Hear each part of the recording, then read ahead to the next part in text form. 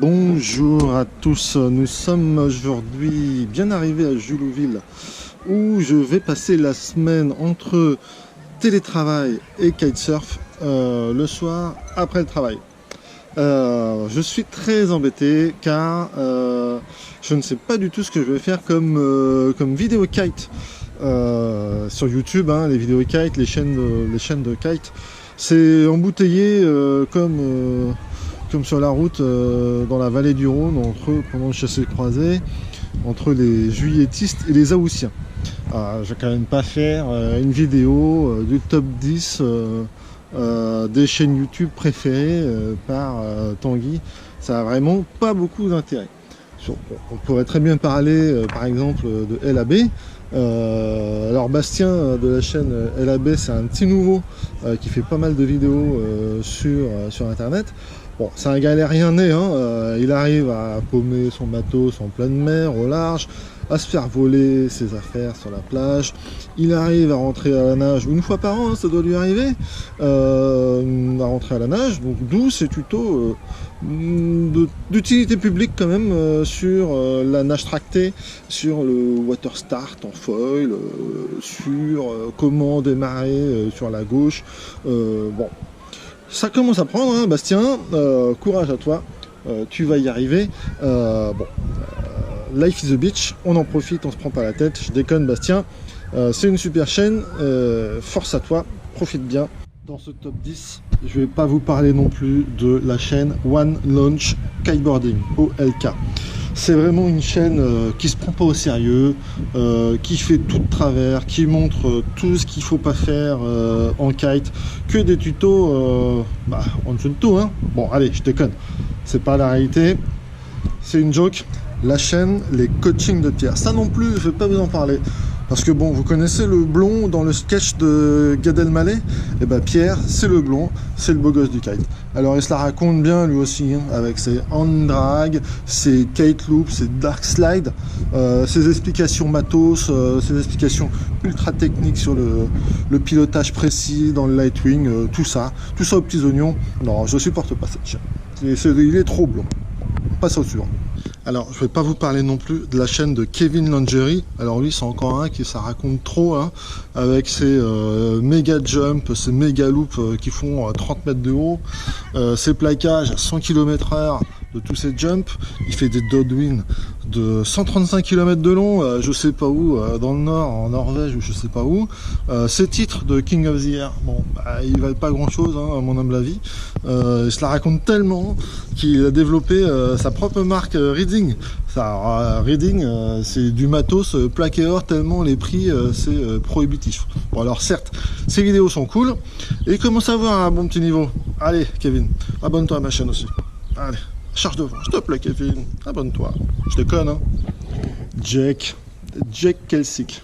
Ça c'est un noob qui nous fait baver avec ses vidéos magnifiques sur ses spots à Antigua et Barbuda. Bah t'es pas tout seul, hein, mon gars, mon grand, hein, à connaître Antigua et Barbuda. Nous aussi on y est allé avec les membres de la KIF il y a quelques années. Et puis ton matos, je sais pas, Tona Kite, c'est moche comme un bandeton. Bon bah aussi.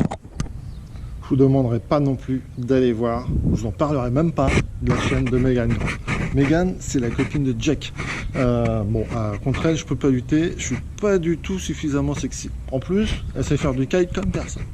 Elle sait faire du twin tip, avec ou sans boots, elle tape des kickers, comme du wake style, très forte en foil, rien à redire hein, sur son ride. Elle ride aussi en tonal, comme son copain. Jack, je vous parle pas de son compte Instagram, il faut aller voir. Suivant. Bon, après ne pas être allé voir toutes les chaînes que je vous ai citées, que je déteste, je vous demanderai par contre d'aller voir la chaîne de Guillaume Clarisse, Jurassic Park. Ce sont des vidéos que j'adore, qui sont super jolies. On sent que ça envoie, on sent que c'est dans la nature sauvage. Cependant, je suis désolé Guillaume, hein, mais je déteste les Elcor. Mais je déteste, j'aime pas ça du tout. Bon. Toi t'aimes bien, moi j'aime pas. Bon, hein, vous l'avez compris, c'était du second degré. Allez voir toutes les chaînes, il y a vraiment du contenu de qualité. Et puis ce que je vous propose, c'est de démarrer la vraie vidéo cette fois-ci. Ce que je vais vous proposer, c'est un petit comparatif entre un kite des années 2009, une Best Kahuna 13.5 et un kite des années 2019. Donc on va voir les différences et les évolutions qu'il y a eu en 10 ans de fabrication de matériel de kite. Ça a pas mal évolué, donc on va regarder ça. Bon, il n'y a pas de vent, donc on en profite.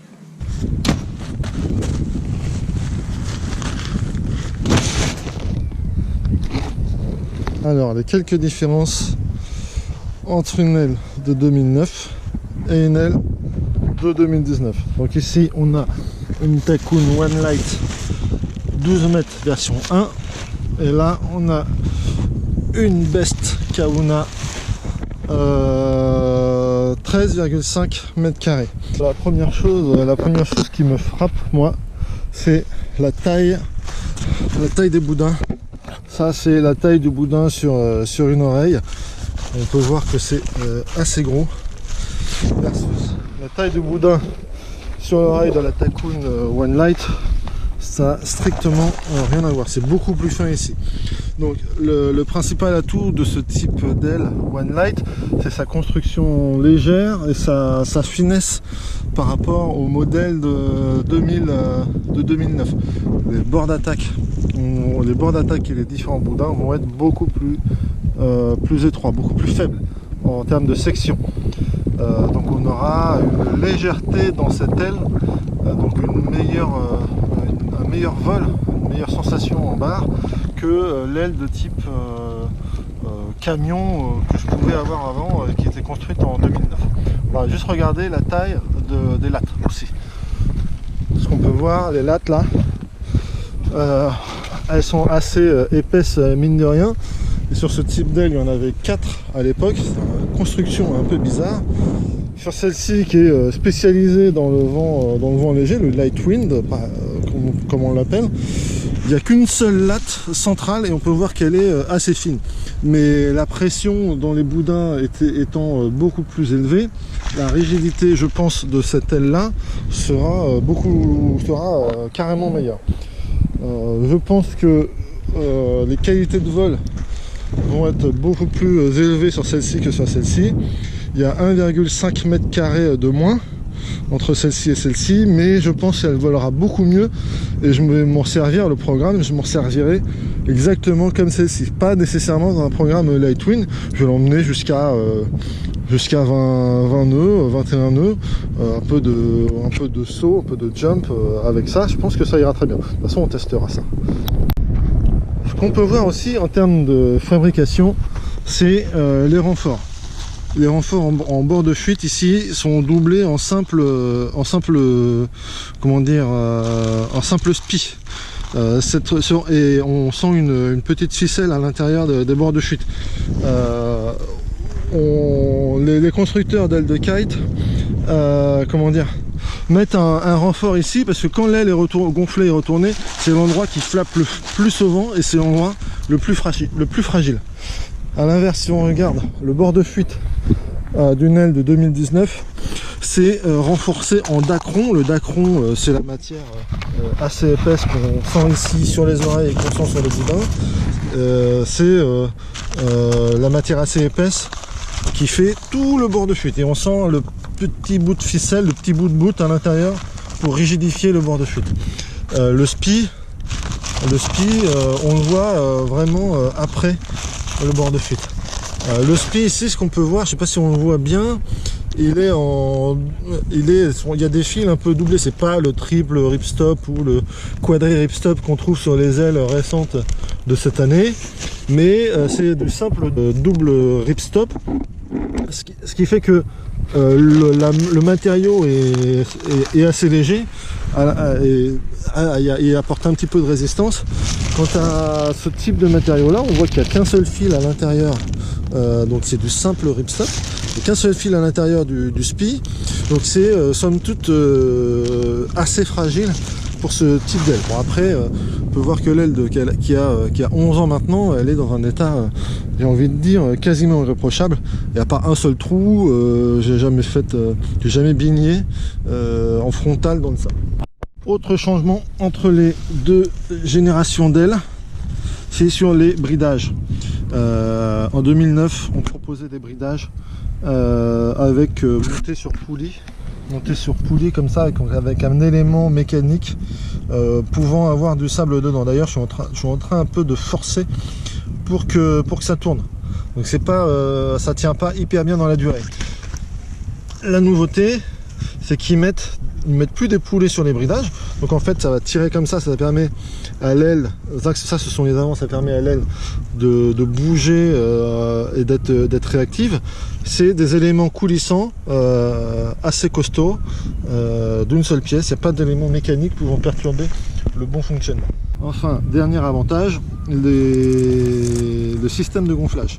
Sur les anciennes ailes, chaque élément était gonflable un par un, c'est-à-dire que ici on doit gonfler chacune des lattes, donc 1, 2, 3, 4, plus le bord d'attaque, et à chaque fois en changeant d'élément. Sur ce type d'aile, maintenant c'est quasiment toutes les ailes ont ça.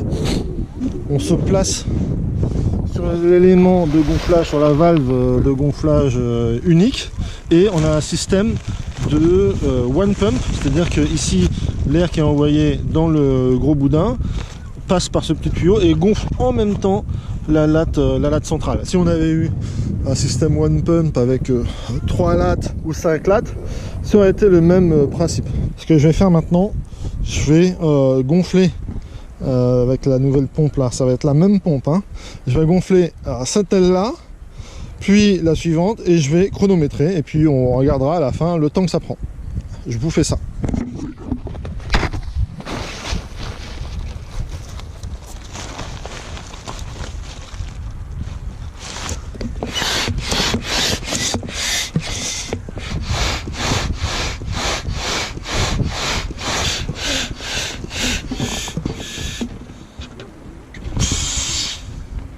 Donc, il me faut pour celle-ci 3 minutes 20, 3 minutes 30 pour gonfler tout ça. On va regarder en combien de temps on va gonfler celle-ci.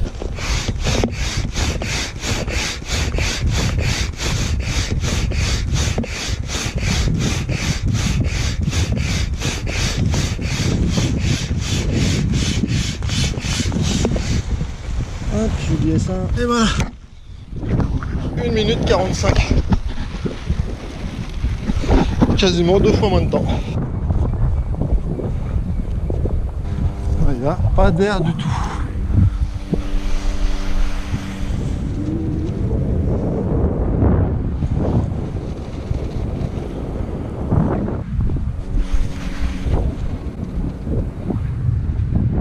Bon. Il y a moins de 10 nœuds. Ça flappe un peu. Nope. Un autre.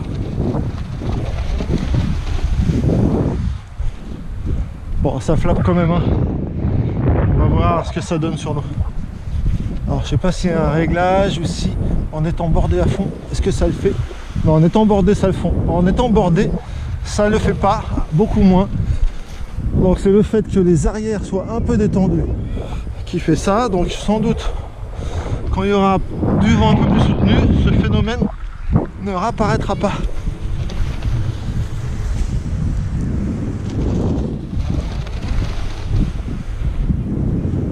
Mais j'aime beaucoup la sensation en barre, c'est assez intéressant.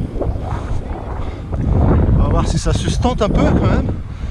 Ah, il faut dire qu'il y a un poids supplémentaire. J'ai mis une caméra sur l'aile avec un système magnétique.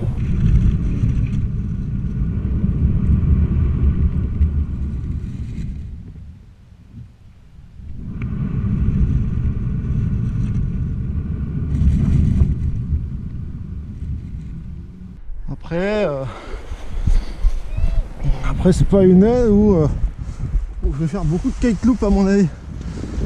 Le tunnel, une fois lancé, qui va être bien calé, qui va pouvoir faire des down loop. Donc admettons les down loop, hop, on est comme ça, on navigue dans la fenêtre, on va changer de direction, paf, down loop, on part dans l'autre sens, on débride les lignes et on repart. Bon, on va peut-être utiliser la bonne vieille méthode. Comme je kite hook est là et que je sens qu'elle va se péter la gueule La bonne vieille méthode d'aller chercher les avants. Hop. Pour poser, ça marche aussi si on n'a pas de kite hook. On tient l'avant uniquement. Hop. Et on arrive jusqu'à l'aile. Bon là, comme il n'y a pas un pet devant, ça marche.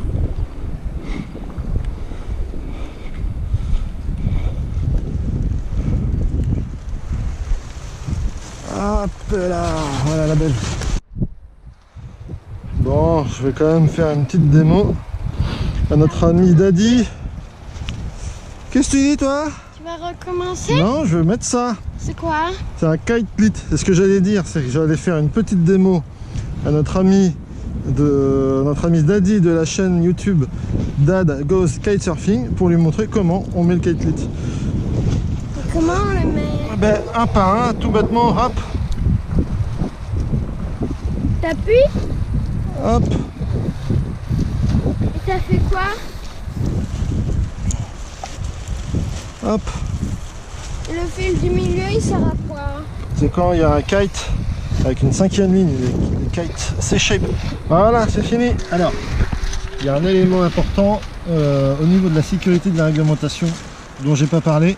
C'est il faut des petites étiquettes. Chaque matériel de kite qui part en mer doit être étiqueté avec son nom de famille et son numéro de téléphone. Le rider doit être équipé d'un système de signalisation lumineuse. Donc moi j'ai pris un stick bioluminescent, on casse, ça fait de la lumière pendant 12 heures.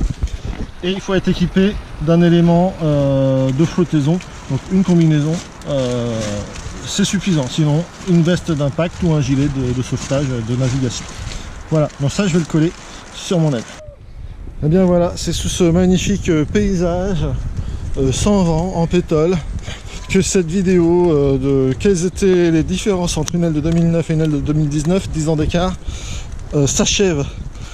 C'était également un premier vol pour la Takoon One Light 12 mètres en version 1. Il y a une version 2 qui existe désormais. Je vous dis à bientôt et j'espère pouvoir naviguer ce week-end. Bye bye.